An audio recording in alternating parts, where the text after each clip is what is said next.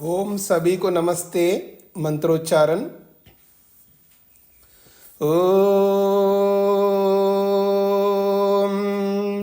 सहना भवतु सहनौ भुनक्तु सह वीर्यं करवावहै तेजस्विनावधीतमस्तु मा विद्विषावहै। ओम शांति शांति शांति। योग दर्शन की 167वीं कक्षा है। साधन पाद के 33वें सूत्र को लेकर के हम विचार कर रहे हैं। वितर्क बाधने प्रतिपक्ष भावनम। जब जीवन में वितर्क बाधित करने लगते हैं तो उसके विरुद्ध भावों को, उसके विरुद्ध विचारों को लाना ये श्रेयस्कर है, लक्ष्य के प्रति लाभकारी है। तो वितर्कों की चर्चा हम लोग कल कर रहे थे कि वितर्क असंख्य प्रकार के हैं। जितने भी मनुष्य हैं उतने प्रकार के वितर्क हैं। आगे जाकर के आपको स्पष्ट हो जाएगा। अगला ही सूत्र है कि कितने प्रकार के वितर्क बनते हैं, और आगे जाकर के महर्षि वेदव्यास ने ये स्पष्ट कर दिया है, इसकी कोई सीमा नहीं है। इसकी गणना करेंगे तो भी बहुत हैं, लेकिन वो गणना एक मोटी रूप से, मोटे तरीके से, स्थूल रूप से गणना हमने की है। लेकिन आप देखेंगे कि अनंत प्रकार से, अर्थात अनगिनत हैं, असंख्य प्रकार के इतने सारे वितर्क हैं। तो इन सारे वितर्कों को हमें रोकना होगा यदि हमें इस मार्ग में आगे बढ़ना है। तो देखिए, कल विपश्यना की चर्चा हुई थी। उसमें एक प्रारंभिक स्थिति में क्या होता है, वो सांस पर मन को लगवाते हैं। अपने श्वास प्रश्वास को देखो, बस अंदर जाते हुए प्राण को, बाहर निकलते हुए प्राण को देखना, बस देखते रहना प्राणों को। ये एक अति स्थूल रूप है, मोटा स्वरूप है। आगे चल करके वो ये भी बताते हैं कि जो भी आपके मन में विचार उत्पन्न हो रहे हैं, जैसे भी हो रहे हैं, बस उसको देखते रहना, अर्थात उनको अनुभव करते जाना, वॉच करते जाना, कैसे विचार आ रहे हैं। जब वो विचारों को हम देखते रहते हैं, क्योंकि शांत भाव से बैठे हुए होते हैं, एकाग्रचित्त होकर के बैठे हुए होते हैं, बाह्य कार्यों से मुक्त हुए होते हैं। जैसे ध्यान में बैठते हैं ना, ऐसे बैठना होता है। ध्यान के काल में जिस तरह हम बैठते हैं वैसे बैठना होता है। तो बाहर की वृत्तियों से जब अपने आप को रोक लेते हैं, जब अंतर्वृत्तिक बनते हैं, अपने आप को देखने लगते हैं, तो जो भी मन के अंदर विचार जैसे भी आ रहे हैं, अच्छे आ रहे हैं, बुरे आ रहे हैं, जो भी आ रहे हैं, बस उन विचारों को देखते रहना है मन से। मन में आने वाले विचारों को मन से ही देखते रहना। ये विपश्यना का एक स्थूल उनका एक उपाय है। तो जब विचारों को हम देख रहे होते हैं तो देखते जाओ देखते जाओ देखते जाओ, तो स्वाभाविक रूप से हम जब उन विचारों को देखते हैं, अपने विचारों को, हमें हंसी आने लगती है। मैं क्या विचार कर रहा हूँ, कैसे विचार आ रहे हैं मेरे मन के अंदर, ऐसे घिनौने विचार आ रहे हैं और मैं ला रहा हूँ, लाने वाला मैं हूँ। चाहे वो गुस्से के हों, ईर्ष्या के हों या क्रोध के हों, जो जैसा भी विचार आ रहे हैं, अच्छे या बुरे, जो भी विचार आ रहे हैं, और विशेषकर जो बुरे विचार आते हैं उनको हम देख रहे होते हैं, तो देखते देखते हमें ही ग्लानि होने लगती है, हमें ही ईर्ष्या, उनके प्रति हमें लज्जा होने लगती है, ग्लानि होने लगती, लज्जा होने लगती है, हताशा, निराशा की, क्या देखो मैं कैसे विचारों को ला रहा हूं। ये सब प्रतिपक्ष भावना ही है और कुछ नहीं है। जब हम अपने, जैसे छोटे बच्चे हमारे सामने लड़ रहे होते, हम देख रहे होते उनको, तो हमें क्या लगता है, देखो बच्चे नादान हैं, कैसे लड़ रहे, देखो बचपना है इनका। हमें हंसी आ रही होती है, हमें ही अच्छा नहीं लग रहा होता, देखो कैसा हो रहा है। तो ऐसे जब हम अपने विचारों को जो मन के अंदर उत्पन्न हो रहे हैं, काम, क्रोध, लोभ, मोह, ईर्ष्या, अहंकार, जो भी विचार आ रहे हैं, उन विचारों को बस देखते रहना, बस देखते रहो, देखते रहो। तो केवल देखते ही रहना ही नहीं होता है, वो देखते देखते अपने अंदर ग्लानि उत्पन्न होने लगती है, अंदर ही अंदर अपने आप को ही ऐसा लग रहा होता है कि ये मैं क्या विचार ला रहा हूं। ये सब प्रतिपक्ष भावना है, ये ग्लानि उत्पन्न करना। और देखो मैं हंसी लाना, देखो मैं क्या विचार कर रहा हूं, देखो कोई बुद्धिमत्ता वाली विचार है, ये बुद्धिमत्ता वाले विचार है क्या? क्या मेरे स्तर के हिसाब से ये विचार, मैं जिस पद पर हूं, जिस स्थिति में हूं, चाहे वो माता के रूप में हूं, पिता के रूप में हूं, या भाई के रूप में हूं, या गुरु के रूप में हूं, जिस किसी के रूप में भी हूं, तो ये मेरे स्टैंडर्ड के अनुसार तो है नहीं ये विचार। तो ऐसे अनायास अपने आप को पता लगता रहता है। तो ये जो पता लग रहा है, अंदर जो फीलिंग आ रहे होते, यही तो प्रतिपक्ष भावना है, ये स्थूल प्रतिपक्ष भावना है। ये प्रारंभिक स्थिति होती है, ये सब प्रारंभिक स्थितियां हैं। और ऐसे करते करते करते करते आगे ये प्रतिपक्ष भावना आएगी। अच्छा, मैं गुस्सा कर रहा हूं, किस पर कर रहा हूं, क्यों कर रहा हूं, गुस्से के पीछे क्या कारण है? ये कारण है। तो ये कारण है तो वो तो जो भी ला रहा है, तो क्या उस पर मेरा कोई ऐसा अधिकार है क्या? कौन सा अधिकार है मेरे को उस पर गुस्सा करने का? वो तो स्वतंत्र व्यक्ति है। भले वो मेरा बेटा हो सकता है, मेरी पत्नी हो सकती है, मेरे पति हो सकते हैं, या मेरे गुरु हो सकते हैं, मेरा शिष्य हो सकता है, जो कोई भी हो सकता है, जो मेरा अपना, जिसको मैं अपना मानता हूं, जो भी हमारा संबंध है, चाहे कितना ही निकट का संबंध हो, आखिर है तो वो मनुष्य है, स्वतंत्र प्राणी है, उसकी भी अपनी इच्छाएं होती, जैसी मेरी इच्छा है, मेरी मान्यता है, मेरी इच्छा है, मेरा जो भी मंतव्य है, जैसा मैं एक अपना स्वतंत्र रखता हूं अपने आप को, क्या मैं कोई मेरे ऊपर अधिकार जमाने लगे?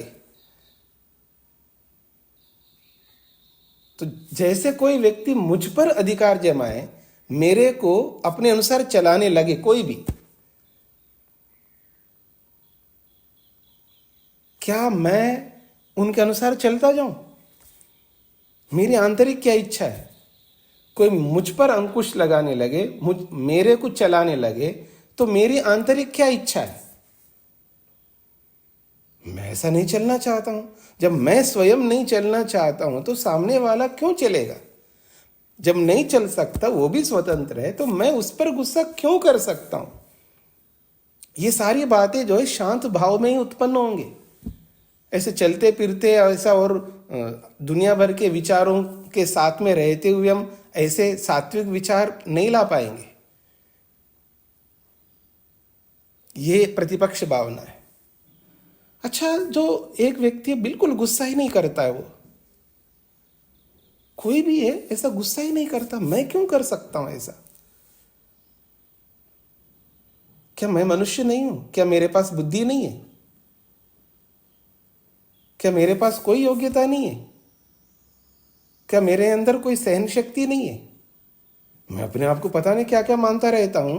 तो जब दूसरा व्यक्ति सहन करता है, वो गुस्सा नहीं करता है, वो ईर्ष्या नहीं करता है, वो दया करता है, वो प्रेम करता है, वो न्याय करता है, वो सत्य बोलता है, वो अहिंसक है, वो दानी है, वो सेवाभावी है, जो कोई भी है, जो अच्छे अच्छे गुण दो दूसरों में है, तो मेरे में क्यों नहीं हो सकते? क्या मनुष्य नहीं हूं मैं? मेरे पास कोई ऐसी योग्यता ही नहीं है क्या? क्या मैं अच्छा बनना नहीं चाहता हूं? मैं अपने जीवन में आगे उन्नत होना नहीं चाहता हूं? क्यों मैं इस उफान में रहता हूं, इस उच्छृंखलता में रहता हूं, इस बेचैनी में रहता हूं? मैं इतना अपने आप को गया गुजरा मानता हूं, मेरे में कोई योग्यता नहीं है क्या? मैं इतना हताश निराश रहूंगा क्या अपने जीवन में? क्या मेरे को उन्नत नहीं होना है? अच्छा नहीं बनना है मेरे को? तो ये सब प्रतिपक्ष भावना है। ये सात्विक भाव में ही ऐसा हम उत्पन्न करेंगे। ऐसे मेरे को डर क्यों लग रहा है, किससे डर लग रहा है, क्यों डर लग रहा है, क्या मैं गलत हूं तो सुधार कर लूंगा, डर किस बात का। किससे डरूं मैं, पानी से डरूं, भूत से डरूं, या पिता से डरूं, माता से डरूं, गुरु से डरूं, या ईश्वर से डरूं, क्यों डरूं मैं। या तो कोई डरने का काम करता हूं तो उसको करूं नहीं। मैं डरना नहीं चाहता हूं, मैं दब्बू नहीं बनना चाहता हूं, मैं डरपोक नहीं रहना चाहता हूं, मैं निडर होना चाहता हूं। दुनिया में कितने लोग हैं जो डरते नहीं है। जब वो नहीं डरते हैं तो मैं क्यों डरूं।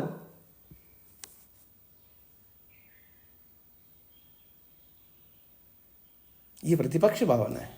चाहे आप डर को लेकर के, चाहे आप गुस्से को लेकर के, चाहे आप ईर्ष्या को लेकर के, चाहे आप गलत किसी भी आदत को लेकर के, अपने आप को देखना है, हमको अनुभव करना है, अपने आप को सामने रखना है, अपनी योग्यताओं को सामने रखना है, अपनी अच्छाइयों को सामने रखना है, अपनी जो भी क्वालिटीज है उसको सामने लाना है, और जो भी न्यूनता है उसको भी सामने लाना है। क्या मैं इन न्यूनताओं में रहता हुआ अपने आप को आगे बढ़ सकता हूं क्या? अपने आप को आगे बढ़ा करके लक्ष्य की ओर आगे बढ़ करके लक्ष्य को पालूंगा। मैं जो भी दिखा रहा हूं दुनिया को, क्या मैं वैसा ही हूं जैसे दिखाता हूं? मैं क्या हूं अंदर से, मेरे को अपने आप को पता है ना मैं क्या हूं, क्या योग्यता है मेरे में, क्या न्यूनता है, क्या कमियां हैं, क्या दोष है मुझ में। तो क्या इन दोषों को रखते हुए मैं आगे कैसे बढ़ सकता हूं? ये सारी प्रतिपक्ष भावना है। बड़े शांत भाव से, तसल्ली से, धैर्य से, एकांत में बैठ करके ये प्रतिपक्ष भावना करनी होती है, सात्विकता में करनी होती है। ईश्वर को साक्षी बना करके करना होता है। एकाग्र होकर के ईश्वर को साक्षी बना करके, ईश्वर के प्रति पूर्ण आस्था, श्रद्धा उत्पन्न करते हुए ये सारी प्रतिपक्ष भावना उत्पन्न करनी है। मेरे में कितने कुसंस्कार हैं, मैं अपने संस्कारों से, कुसंस्कारों से मैं कितना पीड़ित होता हूं, कितना दुखी होता हूं, कितना क्लेशित होता हूं, कितना कुट रहा होता हूं अंदर से। ये संस्कार मेरे को कूट रहे हैं, परेशानी है मेरे को। ऊपर से पता नहीं मैं क्या क्या दिखा रहा हूं, लेकिन मैं अपने आप को जानता हूं मैं क्या हूं। तो क्या ऐसा ही जीऊं मैं, अंदर कुछ बाहर कुछ? क्या ये मेरे लिए उपयोगी है, लाभकारी है? ये सब प्रतिपक्ष भावना है। अलग अलग विषय, चाहे संस्कारों को लेकर के, चाहे योग्यताओं को लेकर के। जब सामने वाला इतना अच्छा बोलता है, मैं क्यों नहीं बोल पा रहा हूं? मेरे में क्या कमी है ना बोलने का? सामने वाले इतने अच्छे अच्छे प्रेजेंटेशन देते, मैं क्यों नहीं दे रहा हूं प्रेजेंटेशन? अच्छा क्यों नहीं दे रहा हूं? तो किसी भी योग्यता को लेकर के आप ये प्रतिपक्ष भावना कर सकते हैं, अपनी न्यूनताओं को दूर कर सकते हैं, अपने दोषों को अपने अंदर से बाहर निकाल सकते हैं, और अपने अंदर जो जो गुण चाहिए, जो जो विशेषता चाहिए वो अपने अंदर डाल सकते हैं। उसके लिए प्रतिपक्ष भावना है। और इसके लिए एक हम ये भी कर सकते हैं, ऐसे यूं बैठ करके तुरंत प्रतिपक्ष भावना नहीं कर पाएंगे। उसके लिए अपने सारे शरीर को इतना रिलैक्स करना है, इतना शिथिल करना है, इतना ढीला छोड़ना है, कोई स्ट्रेस नहीं रहना चाहिए शरीर के अंदर। पूरी बॉडी को सिर से लेके पांव के अंगूठों तक, नीचे से ऊपर, ऊपर से नीचे तक, एक एक सेल को, एक एक अवयव को, एक एक कोशिका को रिलैक्स करना है। और अपने मन को शरीर के एक एक अंग में घुमा घुमा करके सबको शिथिल करना है। वो मसाज कराते हैं ना लोग, जब मसाज करने वाले जब मसाज करते हैं और बाद में कैसा शरीर रिलैक्स होता है। बिना मसाज के ही पूरे शरीर को रिलैक्स करना है। बैठ करके भी हो सकता है और लेट करके भी हो सकता है, पर लेटना नहीं, आप लोग सो जाएंगे नहीं तो। बैठ करके करना है। तो संपूर्ण शरीर को शिथिल करके, एकदम शांत बना करके, और श्वास प्रश्वास की गति को बिल्कुल नॉर्मल करके फिर ये सारी भावनाएं प्रारंभ करनी होती है। अच्छे गुणों को अपने अंदर डालना हो या बुराइयों को अपने से बाहर निकालना हो, अच्छे संस्कारों को डालना हो या बुरे संस्कारों को निकालना हो, किसी भी प्रकार के दोष को लेकर के हम अपना विचार कर सकते हैं, अपने और दूसरे का। इतना ही नहीं, हम दूसरे के अंदर भी अच्छे गुणों को डाल सकते हैं। दूसरे के शरीर को भी, जो अपना निकट का आदमी जो भी है, उसको पूरा शरीर को रिलैक्स करा करके, ये एक बहुत अच्छी विधि है। मैं कराऊंगा जरूर, आप जब आएंगे। दूसरे के अंदर भी हम डाल सकते हैं। जो हमारे पर बहुत श्रद्धा रखने वाला हो, चाहे वो पति हो या पत्नी हो या बेटा हो या बेटी हो, या जो भी निकट का हो, जो आपका निकट का हो, जो आप पर विश्वास करता है, आपके लिए न्योछावर करता है, उसको बहुत आसानी से उसके अंदर बहुत अच्छे गुणों को आप डाल सकते हैं, उसकी बहुत सारी बुराइयों को निकाल सकते हैं। ये वो प्रक्रिया है वितर्क वादने प्रतिपक्ष भावनम, जो आप कभी सुनते होंगे, सुना भी होगा अभिमन्यु के बारे में। ये इसी प्रक्रिया से हुआ है।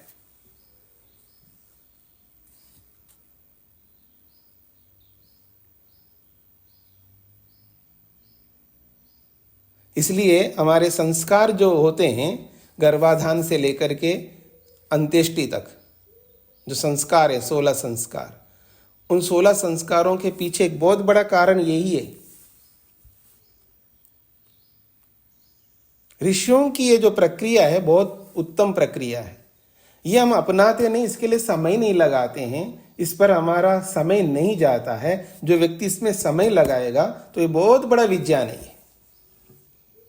ये छोटा मोटा विज्ञान नहीं, एक बहुत बड़ा विज्ञान है। कितना प्रभावित होते हैं हम लोग, याद रखिएगा। मनुष्य के प्रति जितना प्रभाव हम ला सकते हैं, जितना प्रभावित कर सकते हैं, कितना प्रभावित हो सकते हैं, उतना और किसी से नहीं हो सकते हम लोग। तो इसलिए इन बातों को समझ करके इन प्रक्रियाओं को अपनाना है, और इन प्रक्रियाओं के माध्यम से हम बहुत आगे बढ़ सकते हैं अपने जीवन में। किसी भी क्षेत्र में हम आगे बढ़ना चाहें, बढ़ सकते हैं।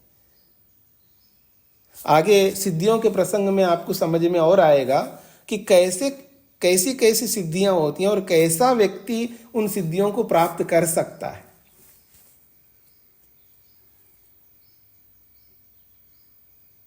मानसिक बल इतना होता है, उसके लिए महर्षि वेदव्यास ने एक बहुत बड़े उदाहरण दिए।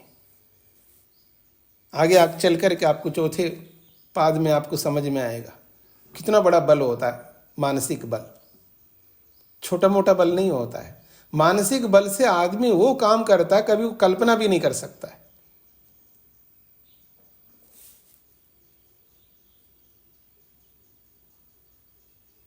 इसलिए इसका बहुत बड़ा प्रभाव पड़ता है।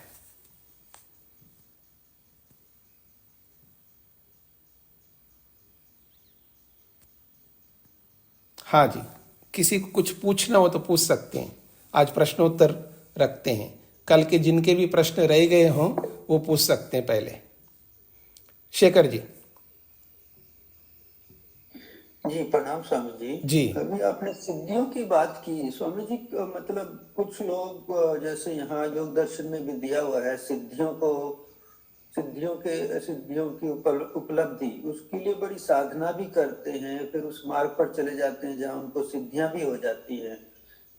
लेकिन उनके जीवन को देखते हैं तो वो मतलब एक साधु की तरह, एक ईश्वर प्रणिधान, मतलब एक सन्यासी साधु ऐसा जीवन नहीं होता स्वामी जी। तो उनको सिद्धियां भी कैसे मिल सकती हैं जब उनकी ट्रांसफॉर्मेशन ही नहीं हुई है? देखिए, सिद्धियां जो है ये अलग अलग प्रकार की सिद्धियां होती है। जो जिस विषय में मेहनत करता हो उस विषय में वो सिद्धि है। जैसे उदाहरण के लिए आपने बचपन में भी देखा होगा कि जो गोताखोर होते हैं, गाँवों में पहले कुएं होते थे जिसमें पानी लाते थे लोग। पानी कुएं पे जाकर के सब प्रकार के लोग, माताएं अधिकांश पानी लाती थी कुएं से, तो कोई ना कोई आभूषण कुएं में गिर जाता और उसको निकालने के लिए गोताखोर होते थे। हम जैसे लोग तो नहीं करते थे और वो लोग करते। वो शराबी कबाबी जैसे ही साधारण आदमी, बिल्कुल आप आज की लैंग्वेज में बोले 4th क्लास का आदमी था, होता था, लेकिन उसमें उसकी सिद्धि है पानी के अंदर रहने की। हमारे को नहीं, क्योंकि उसने उस विषय में अभ्यास किया। तो जो जिस विषय में अभ्यास करता है वो अपनी सिद्धि है। सिद्धि से केवल योग की सिद्धि नहीं देखिएगा, सिद्धि कोई भी सिद्धि होती है। तो उस रूप में कोई भी सिद्धि प्राप्त कर सकता है, क्योंकि उस विषय में उसने मेहनत किया तो सिद्धि मिली। बाकी विषयों में उसने मेहनत नहीं किया, बाकी विषयों में कोई सिद्धि नहीं मिलेगी उसको। जी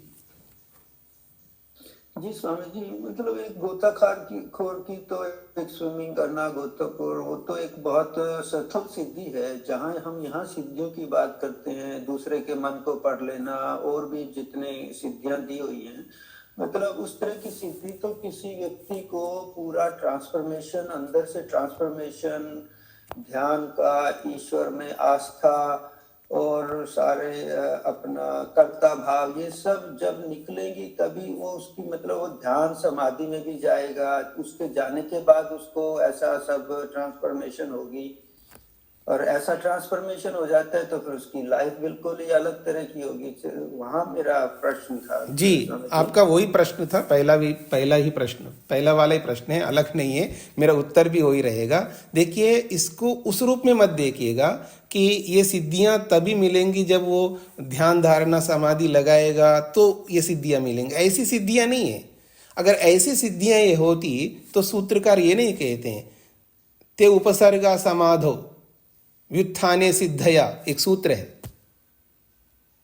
महर्षि पतंजलि का, एक सूत्र इन सिद्धियों के साथ सारी सिद्धियां बता करके वो एक सूत्र बनाते हैं, ते समाधो उपसर्गा व्युत्थाने सिद्धया।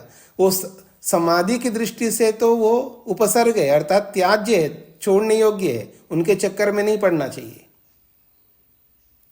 व्युत्थाने सिद्धया लौकिक दृष्टि से सिद्धियां हैं, इसलिए वो उसी रूप में हमको देखना है। हाँ, वो जो सिद्धियां हैं उन सिद्धियों को योगाभ्यास करने वाले अगर करेंगे तो उनको योगाभ्यास के साथ में बहुत बड़ी उपलब्धि होगी। लेकिन उसमें भी एक आगाह किया है।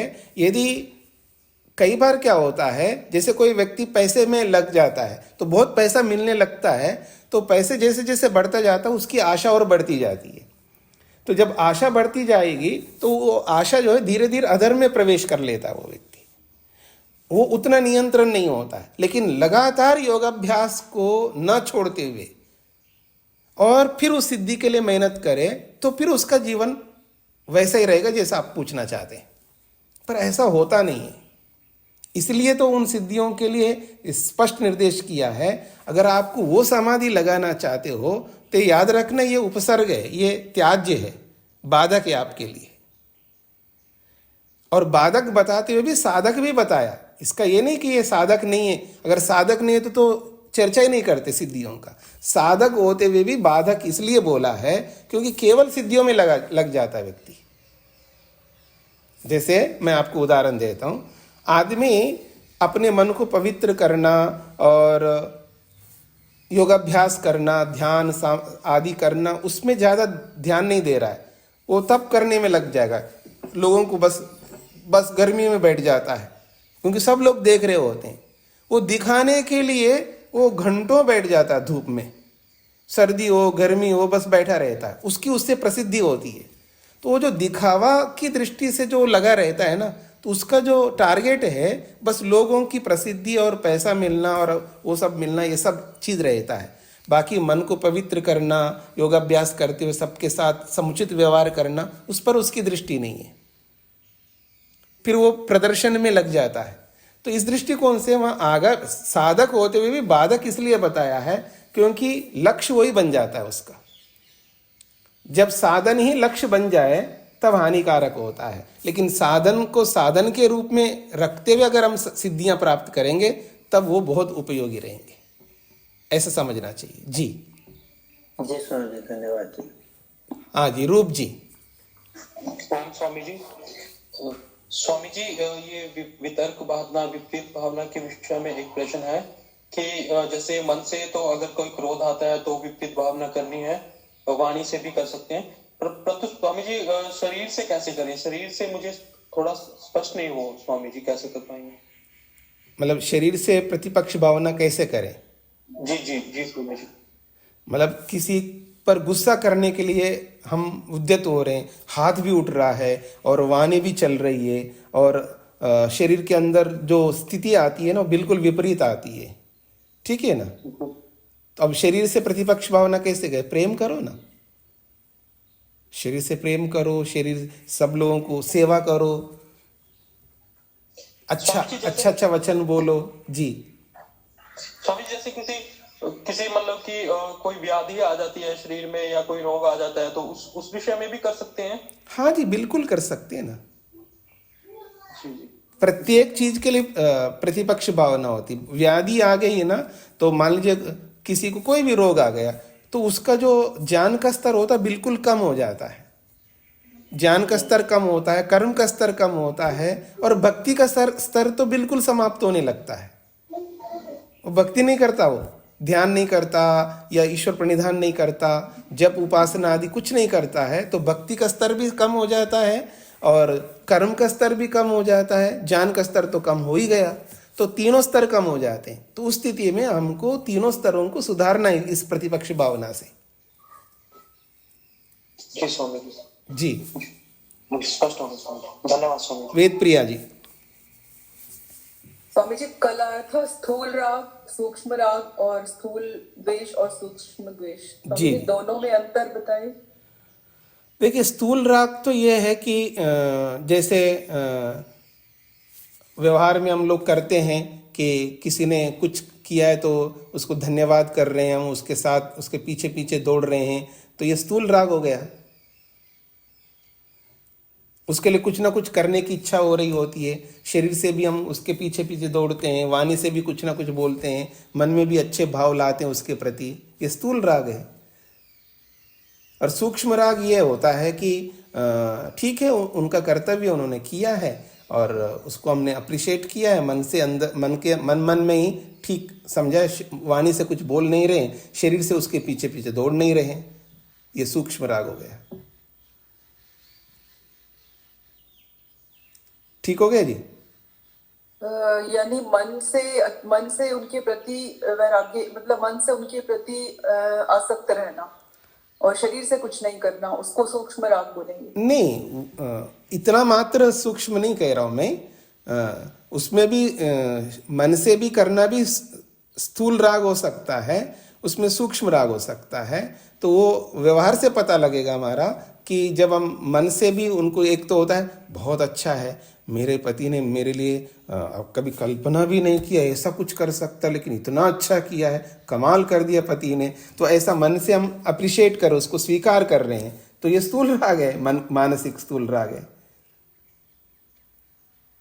तो केवल मन से करना ही सूक्ष्म होता है ऐसा मेरा अभिप्राय नहीं है। मन से स्थूल भी होता है, सूक्ष्म भी होता है, वाणी से सूक्ष्म भी होता है, स्थूल भी होता है, शरीर से सूक्ष्म भी होता है, स्थूल भी होता है। वो सिचुएशन के आधार पर हमको पता लगता रहता है। ये देखिएगा, मैं जैसे शरीर से स्थूल राग बताता हूँ। मान लीजिए बहुत अच्छा भोजन मेरे को दिखा दिया, बहुत बढ़िया बना, एकदम टूट पड़ रहा हूँ उसके ऊपर, ठीक है, और ये स्थूल राग हो गया, या लोभ कहिएगा इसको आप। लेकिन मैं टूट नहीं पड़ रहा हूँ, लेकिन उसकी ओर प्रवृत्ति कर रहा हूँ, चल रहा हूँ उसके लिए, लेकिन जैसे दूसरा आदमी टूट पड़ रहा हूँ ऐसे टूट पड़ नहीं रहा हूँ, लेकिन उसकी ओर प्रवृत्ति तो हो रहा हूँ, आराम से जा रहा हूँ, आराम से ले रहा हूँ, चलो सब ले लो, उसके बाद मैं ले लूंगा, ये भी कर रहे हैं हम। लेकिन इसमें भी राग है, सूक्ष्मता से इसमें भी अच्छा राग है, लेकिन हम दिखा नहीं रहे। और एक व्यक्ति सबको दिखा रहा है, मतलब वो दिखाने के लिए नहीं दिखा रहा, उसकी प्रवृत्ति ऐसी हो रही है जो सबको दिखाई देती है। तो शरीर से भी हम स्थूल सूक्ष्म राग करते हैं, वाणी से भी करते हैं और मन से भी करते हैं।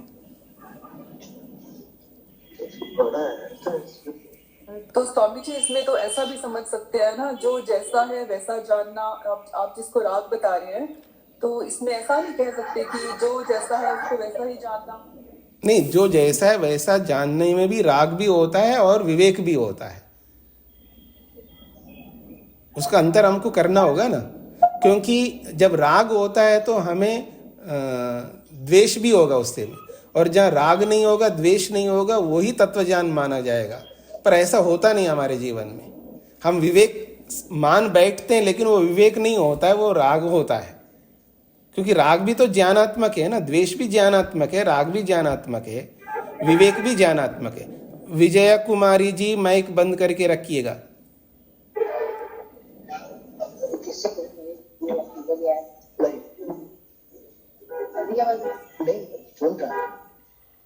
जी स्पष्ट हो रहा है जी आपको? हाँ जी ठीक है स्वामी जी। सागर जी। नमस्ते स्वामी जी। जी स्वामी जी 2 प्रश्न है मेरे। जी। स्वामी जी, वितर्क भाव को क्या कलेशों की उदार विच्छिन्न अवस्था ही माना जा सकता है? हाँ जी, हाँ जी। वितर्क जो है ये सब अलग अलग वितर्क होंगे ना। कहीं उदार अवस्था में वितर्क होते हैं, कहीं प्रसुप्त अवस्था में भी वितर्क होते हैं, लेकिन वो वितर्क कहने का अभिप्राय यहाँ पर जो उदार में आते हैं वो वितर्क के रूप में ले रहे हैं। जो प्रसुप्त अवस्था में तो सोए हुए हैं, तनु है तो वो कमजोर हैं, लेकिन कमजोर होकर के आ रहे हैं, तो वो भी उदार अवस्था में है। एक तो तनु होकर के बैठे रहना और एक तनु होकर के कार्यरत रहना। तो तनु होकर के भी कार्यरत होते हैं, वो भी उदार अवस्था में है। और विच्छिन्न तो ठीक है, केवल दब गया, किसी विचार के कारण से वो दब गया, उसके बाद में वो आ जाएगा वितर्क। यह मुख्य रूप से विच्छिन्न को ले सकते हैं, उदार को ले सकते हैं, और तनु वाले उदार अवस्था वाले ले सकते हैं। प्रसुप्त तो वो सोए हुए हैं। जैसे छोटे बच्चे के अंदर बिल्कुल 4-5 महीने का बच्चा है, उसके अंदर सारे वितर्क हैं, लेकिन सब प्रसुप्त है, वो उदार अवस्था में नहीं है, कार्यरत नहीं है। तो उनको इनके अंदर वितर्क आ रहे हैं ऐसा हम नहीं बोल सकते। जी जी स्वामी जी। स्वामी जी, दूसरा प्रश्न यह है, प्रथम पाद में 30वें सूत्र में योग के विघ्न व्याधि आदि 9 गिनाए गए थे भाष्यकार द्वारा जी। और यहाँ भी है सीधा सीधा योग का विरोधी है वितर्क भाव। जी। तो इसकी गणना वहां क्यों नहीं की गई? देखिए, वो व्याधि स्त्यान आदि जितने भी है वो सब विघ्न के रूप में लिया गया। वहां पर वो विघ्न हैं, लेकिन उनको वितर्क के रूप में भी ले सकते। वितर्क जो होते हैं वो अलग प्रकार के होते हैं। जैसे अविद्या है, मान लीजिएगा अविद्या है, तो अविद्या के जो स्वरूप है उन सबको केवल वितर्क के रूप में। व्याधि वितर्क के रूप में नहीं है, क्योंकि व्याधि तो एक रोग है, वो रोग के रूप में है। उसका प्रतिपक्ष भावना नहीं होता, उस रोग का निदान होता है, उस रोग का उन्मूलन होता है। उसको वितर्क के रूप में नहीं लेंगे व्याधि को,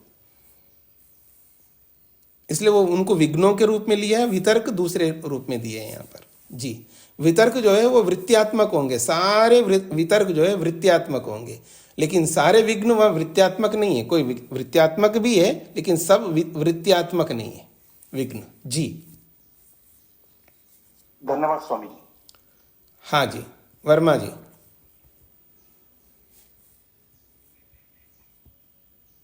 नमस्ते स्वामी जी। जी स्वामी जी, ये प्रतिपक्ष भावना तो हम आजकल जैसे प्रतिदिन पढ़ते हैं, तो धीरे धीरे हमारी भावना तो वही है कि हम सुधार करें, अपने में सुधार करें।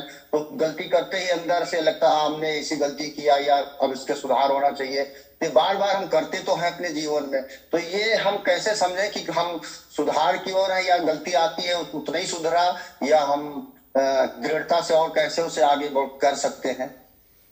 वो तो आपको पता लगेगा कि मैं प्रतिपक्ष भावना कर रहा हूं तो मेरी उन्नति हो रही नहीं हो रही, आप खुद को पता लगेगा ना।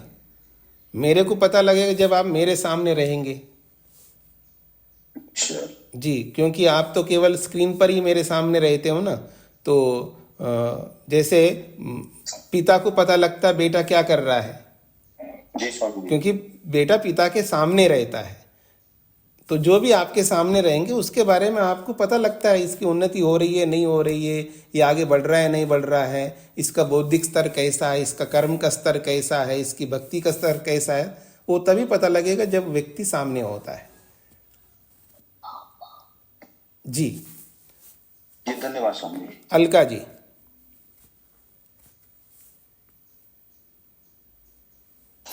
स्वामी स्वामी जी, मेरा 164वीं क्लास से प्रश्न है। जी बोलिए।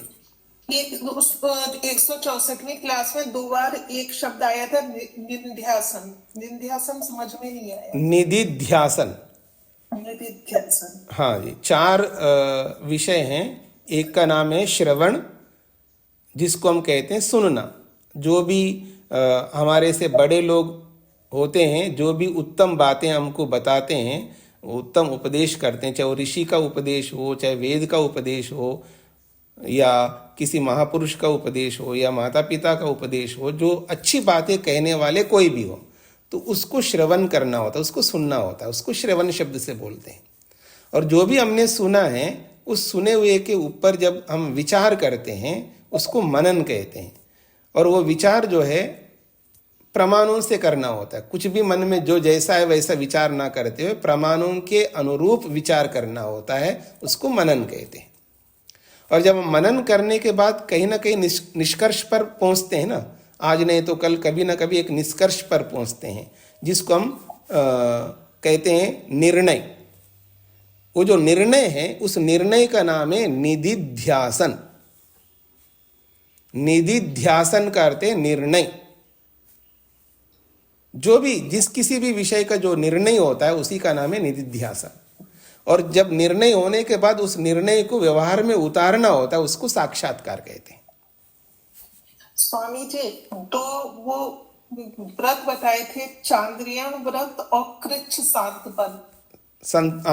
कृच्छ शांतापन, हाँ जी, कृच्छ शांतापन। कृच्छ शांतापन व्रत में जैसे 6 द्रव्य मिला के लिए जाते हैं जी। इस व्रत की अवधि कितनी होती है? और एक दिन लेना है, एक दिन नहीं लेना है। जिस दिन नहीं लेना है तो बाकी बाहर की कोई चीज ग्रहण की जाती है कि नहीं? हाँ जी, की जाती है ना। एक दिन हमने वो खाया, एक दिन सामान्य खाया। तो जो एक दिन वो खाया तो उस दिन और कुछ नहीं लेना है पानी के लिए? बिल्कुल कुछ नहीं लेना। पानी तो ले सकते हैं, उसके अलावा और कुछ नहीं लेना है। और दूसरा चांद्रायन व्रत था जी। तो इसमें अमावस्या से स्टार्ट करके जैसे करते हैं तो दिन में एक ही बार करना होता है। मतलब जैसे आहार लिया, एक बार पूरा आहार लिया, फिर कम करते करते जाएंगे? नहीं, एक बार लिया ऐसा करने वाले करते हैं। जितने बार हम खाते हैं उतने बार लेंगे। 3 बार। स्वामी जी। और इसमें संकल्प जैसे ईश्वर के लिए चिंतन मनन को करते हैं, तो पूरा दिन केवल ईश्वर का ही चिंतन मनन करते हैं? नहीं, पूरा दिन ईश्वर का चिंतन मनन हम नहीं कर सकते हैं, और भी काम करेंगे, लेकिन वो स्पेशल इनके कभी ध्यान करेंगे, कभी स्वाध्याय करेंगे, कभी मनन करेंगे, कभी निधिध्यासन करेंगे। इस तरह का इन्हीं कामों में लगना। बाकी दूसरे जो काम होते हैं, जो सांसारिक काम है, उनको तो उन दिनों में रोक देना चाहिए, क्योंकि उनको करते रहेंगे तो हमारी सात्विकता नहीं रह पाएगी। जी जी। हाँ, अनिल जी। ओम स्वामी जी। जी स्वामी जी, थोड़ा सा पिछले प्रसंग से संबंधित था प्रश्न, क्योंकि कई कक्षाओं से मैं कर रहा था तो थोड़ा सा डिले होता जा रहा था। जी। जैसे स्वामी जी, हम अपने साथ अन्याय करते हैं और हम कष्ट अपने को देते हैं, तो अपने साथ अन्याय करना भी पाप कर्म में आता है। तो ठीक इसी प्रकार से कोई अन्य व्यक्ति हमारे साथ अन्याय करता है, तो हमें जब अपने साथ अन्याय नहीं करना है तो दूसरे का अन्याय को भी हमें सहन नहीं करना चाहिए। तो वो सहन करना भी क्या पाप नहीं हो, पाप की श्रेणी में आएगा? हमें सबसे पहले ये निर्धारण करना होता है, पाप या पुण्य का निर्धारण कौन करता है, ये हमको पहले समझना होता है। पाप और पुण्य का निर्धारण जो है, ना आप कर सकते ना मैं कर सकता हूँ, ये संविधान करता है। संविधान भारतीय संविधान हो, या संविधान माता पिता का संविधान हो, या संविधान गुरु आचार्य का संविधान हो, या संविधान ऋषियों का संविधान हो, या संविधान वेद का संविधान हो, वो संविधान ही निर्धारण करता है पाप किसे कहते हैं, पुण्य किसे कहते हैं। तो उसके आधार पर वो अगर हमें संविधान कहता है हमें सहन करना है, तो फिर वो पाप कैसे होगा? वो तो पुण्य है, सहन करना पुण्य है, क्योंकि संविधान ने कहा कि आपको सहन करना है। जी। तो समान रूप से हम अपने ऊपर किए गए अन्याय को भी सहन करते रहें, ठीक उसी प्रकार अन्यत्र के द्वारा किए गए अन्याय को भी सहन करें हम समान। हाँ जी, हाँ जी। समाज भी हमारे ऊपर अन्याय करते हैं, तो वो अन्याय कौन सा अन्याय है उसके ऊपर निर्भर करता है। शारीरिक अन्याय कोई कर रहा है तो उसको सहन करने के लिए शास्त्र स्वीकार नहीं करता है। कोई वाचनिक अन्याय करता है, केवल उतने तक सहन करने के लिए कहता है। अगर कोई शारीरिक अन्याय करने लगे तो हम उसको रोकेंगे, नहीं होने देंगे। जी धन्यवाद स्वामी जी, हो गया आपका प्रश्न? जी धन्यवाद जी। जी, चेतन जी। स्वामी जी, वितर्क बांधने, तो इसका उत्तर एक तो ये है जी भाई, यम नियमों में पालने में जो विघ्न बाधाएं आए, तो ये कैसे बन गया जी यम नियम पालने में वितर्क से? आप दोबारा पूछिए, क्या पूछना चाहते हैं आप? स्वामी जी, ये सूत्र है वितर्क बांधने प्रतिपक्ष भावना जी, तो ये वितर्क बांधने, इसका क्या अभिप्राय है जी?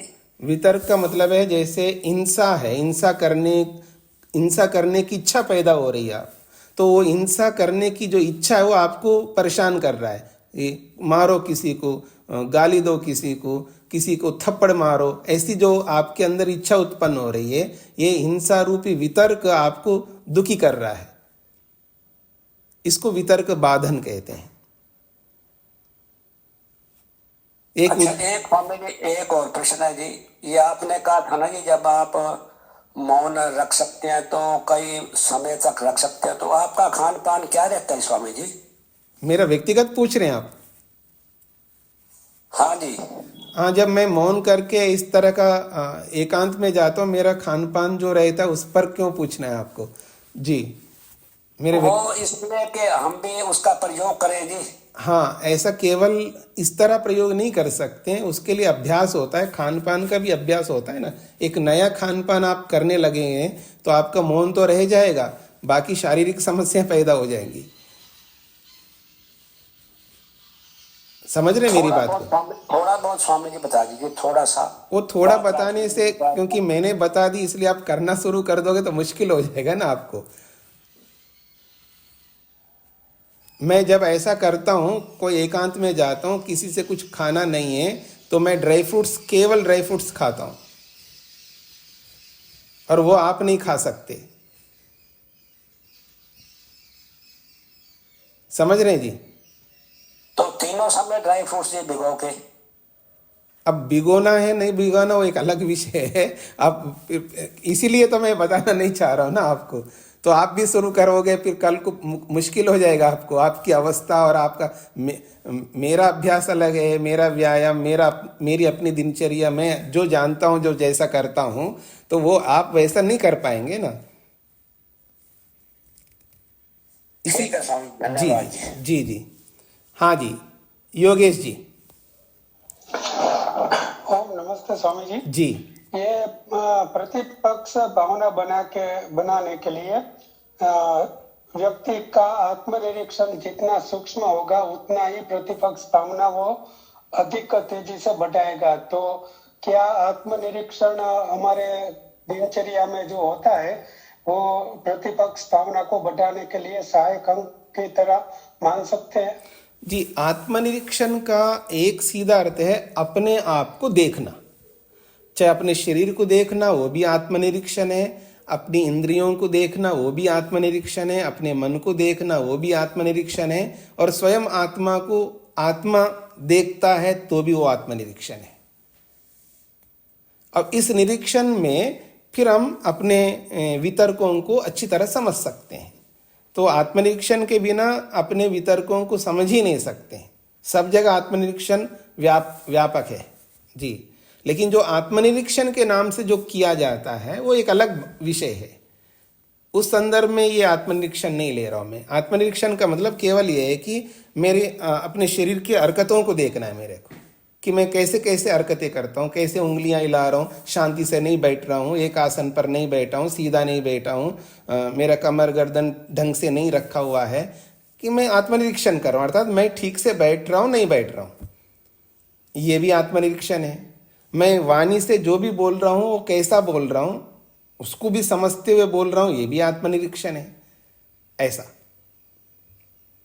जी जी हाँ, बस यही विषय था कि अधिकतर हम अपनी गलतियों को इस प्रक्रिया में ढूंढते हैं और उसके विरुद्ध हमें जो कार्य करना होता है वो इस सूत्र में मेरे विचार से सहायक होता था। तो ऐसी मेरी एक सोच बनी थी, इसलिए मैंने ये प्रश्न पूछा। जो हम शिविरों में आत्मनिरीक्षण करवाते हैं वो अलग ढंग से होता है। वो आत्मनिरीक्षण का मतलब है सुबह से लेके शाम तक हमने क्या क्या कर्म किए, उन कर्मों को देखते हैं, उसको आत्मनिरीक्षण के नाम से बोला जाता है। वो एक अलग विषय है।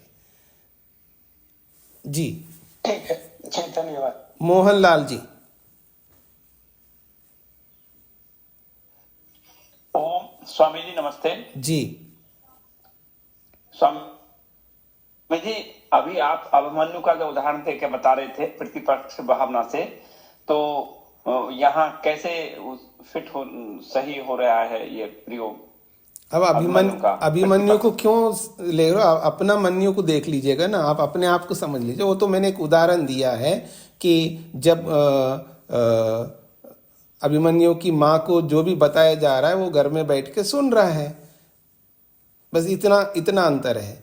अथवा जैसे हम अपनी संतान, जो भी माँ के घर में जो भी संतान आती है तो उसको उत्तम बनाने के लिए माँ अच्छे अच्छे विचारों को करती है, अच्छा सोचती है और अच्छा बोलती है, अच्छा व्यवहार करती है, न दुखी रहती है, न ईर्ष्या करती है, न गुस्सा करती है, न चिड़चिड़ा बनती है। तो इन सब का प्रभाव संतान पर पड़ता है। तो ऐसा ही अभिमन्यु के ऊपर पड़ा है, इस अर्थ में मैंने बोला है। जी जी धन्यवाद। प्रतिष्ठा जी।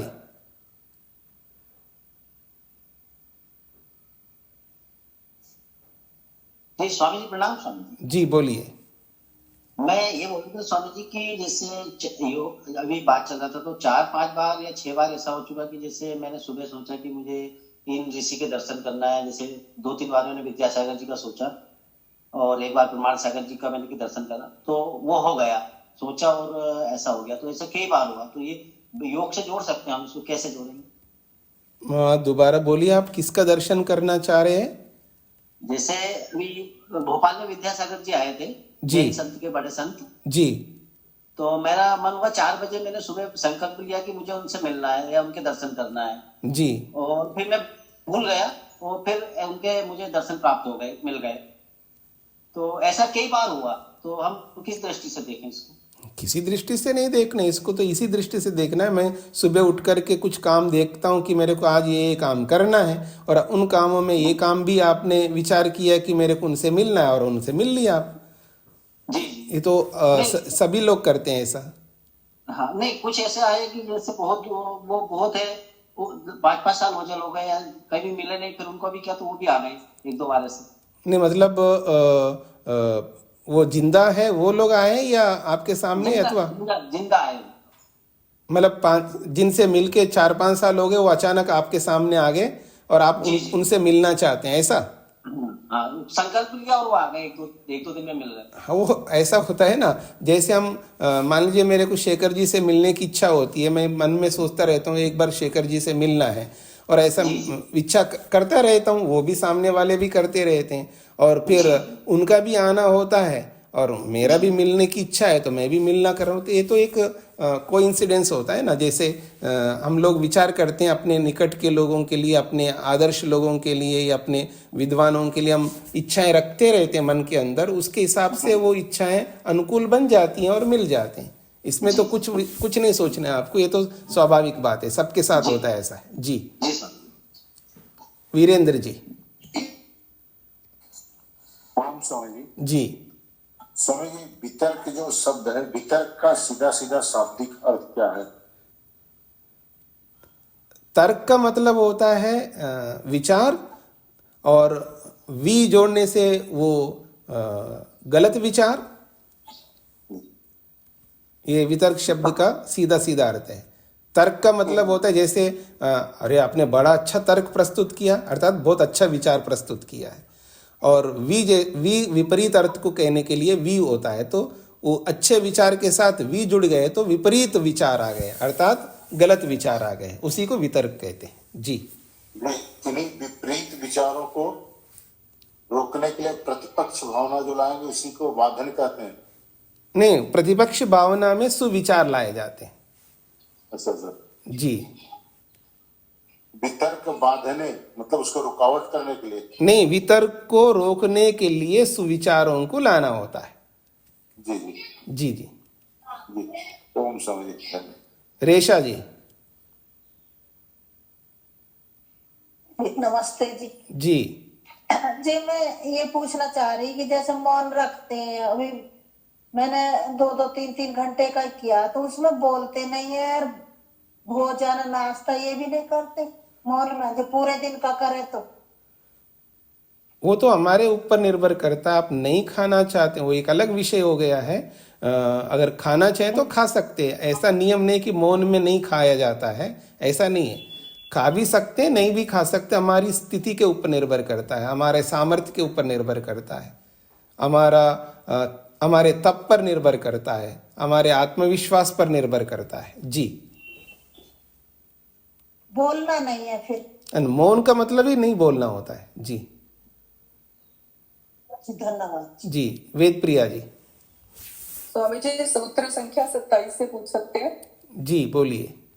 स्वामी जी था तस्य सप्तधा प्रांत भूमि प्रज्ञा।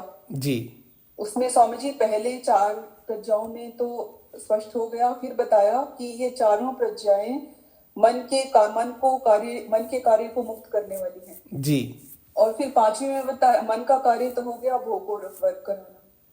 तो फिर 5वें में बताया ये पांचवी प्रज्ञा के बारे में बताया मन का अधिकार। जी। तो मन के कार्य और मन का अधिकार में क्या अंतर हुआ? मन का कार्य और अधिकार सेम लग रहा है? नहीं, दोनों में अंतर है, तभी तो बताया जा रहा है ना। अगर सेम है तो अलग क्यों कहेंगे? मन के कार्यों से मुक्त करने का मतलब है, जैसे आप वेद प्रिया जी है तो मैं आपको आपके कार्य से, आपको अपने पतिदेव जी के लिए, अपने बेटे के लिए जो भी आप कार्य करते हैं उन कार्यों से मुक्त करवा रहा हूँ मैं आपको, तो आप कोई कार्य नहीं कर सकते, ये आपके कार्य मुक्ति हो गई। और आपका अधिकार जो है तो आपका पत्नित्व का ही, आपके मातृत्व का ही मैं समाप्त करूं, तो वो आपका अधिकार को समाप्त किया। दोनों में अंतर दिख रहा है आपको? जी स्वामी जी, इसमें तो ठीक है, पर मन के विषय में मन का कार्य भोग वर्ग कराना और मन का अधिकार क्या है? मन का अधिकार है, उसका मन का बना रहे ना, ही उसका अधिकार है ना। मन बना रहता है, मन विद्यमान है। मतलब वेद प्रिया जी माँ के रूप में या पत्नी के रूप में विद्यमान है, ये उनका अधिकार है। तो ऐसे मन का अधिकार है, भोग करना, कराना, अपवर्ग कराना उसका अधिकार है, वो बना रहता मन। तो जब तक मन बना रहेगा तब तक उसका अधिकार रहेगा। और ये 3 सिद्धियां आते ही मन का अधिकार समाप्त होता है, मन ही नष्ट हो जाता है, मन रहेगा ही नहीं। ये उसका अधिकार का समापन है। तो अधिकार के समापन में केवल इतना ही रहता है कि मन है, पर वो उसमें जैसे ईश्वर साक्षात्कार के जो संस्कार हैं केवल वही उभरते हैं और अविद्या के संस्कार बिल्कुल नहीं रहते हैं। नहीं, मन का अधिकार समाप्त मतलब मन ही समाप्त हो जाता है। ये जो 3 सिद्धियां हैं ना, वो 3 सिद्धियां मिलते ही मन, ये यूं समझ ले, ब्लास्ट हो गया, यानी मन नहीं रहेगा, शरीर भी नहीं रहेगा, मुक्ति में चला जाएगा। वो तो शरीर की समाप्ति के बाद होगा ना? हाँ जी, हाँ जी, वो प्राप्त होने के बाद में बस वो बस जाएगा मुक्ति में। जी, शेखर जी। जी स्वामी जी, जो हमारी वासनाएं संस्कार बने हुए हैं उनका वेग इतना तेज होता है स्वामी जी, तो जब हमारे ये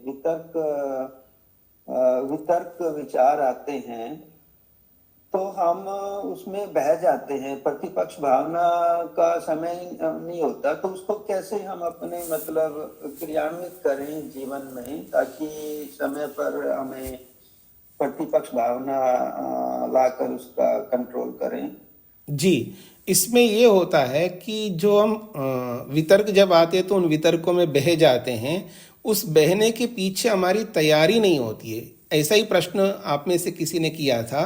तो जैसे मान लीजिएगा मेरे को गुस्सा, इतना तीव्र गुस्सा आ रहा है और उस गुस्से में बह रहा हूँ, प्रतिपक्ष भावना करने का अवसर ही नहीं मिला हुआ है मेरे को, तो बह गया। गुस्सा कर दिया और बाद में बैठ के सिर पकड़ रहा हूँ।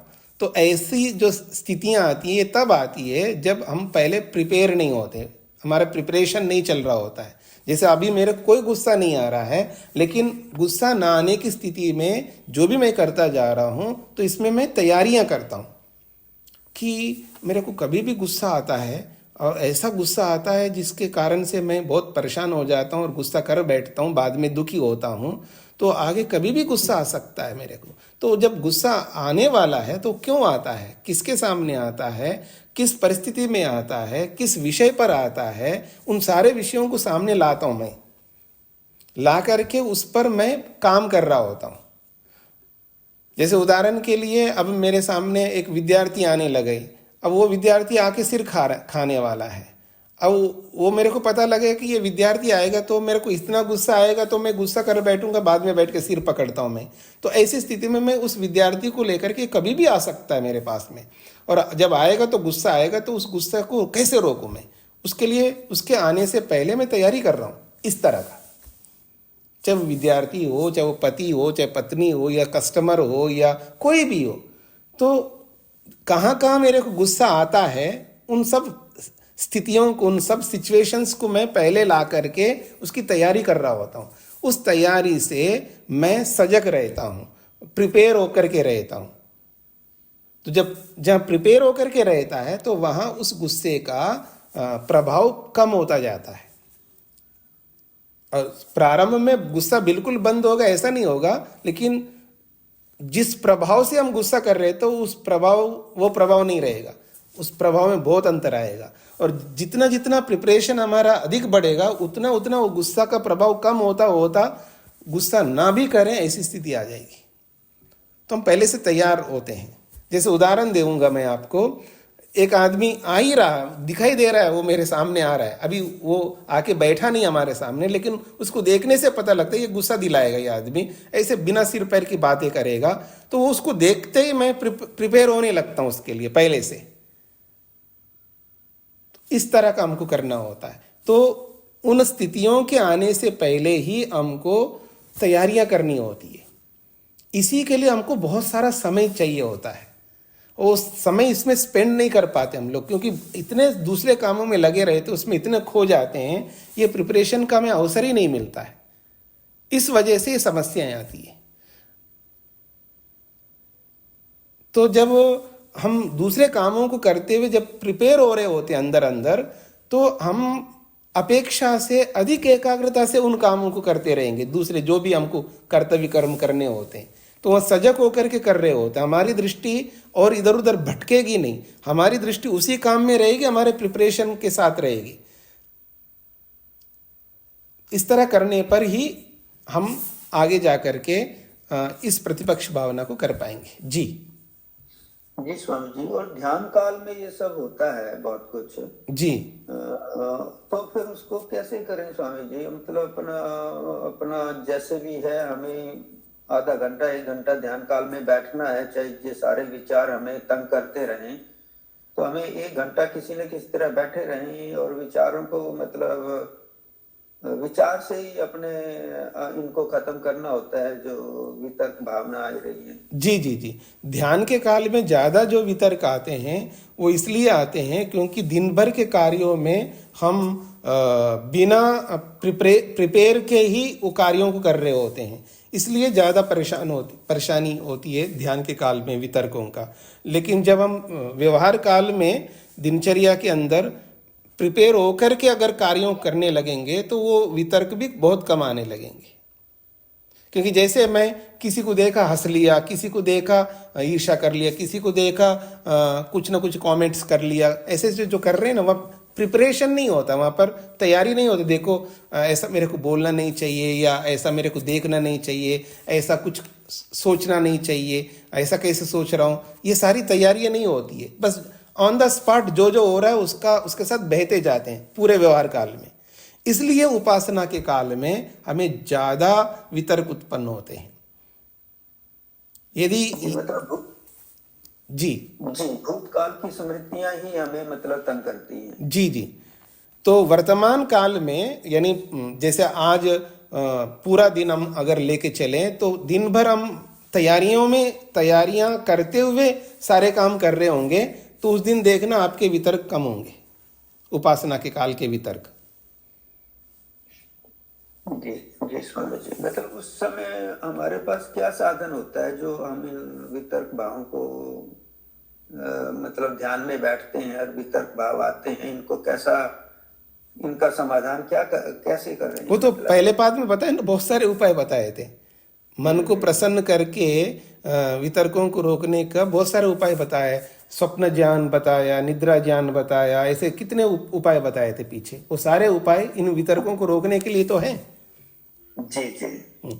ये जो यहाँ प्रतिपक्ष भावना है, प्रतिपक्ष भावना में वो जो पहले पाद में जितने भी बताए सूत्र, वो सारे के सारे इस प्रतिपक्ष भावना के साथ जुड़ेंगे। स्वप्न ज्ञान है, निद्रा ज्ञान है, और सूक्ष्म विषयों का है, अथवा और भी बहुत सारे क्या कहते हैं आपका वह है, क्या है, कौन सा सूत्र है, 34वां सूत्र है ना, 34 या 33।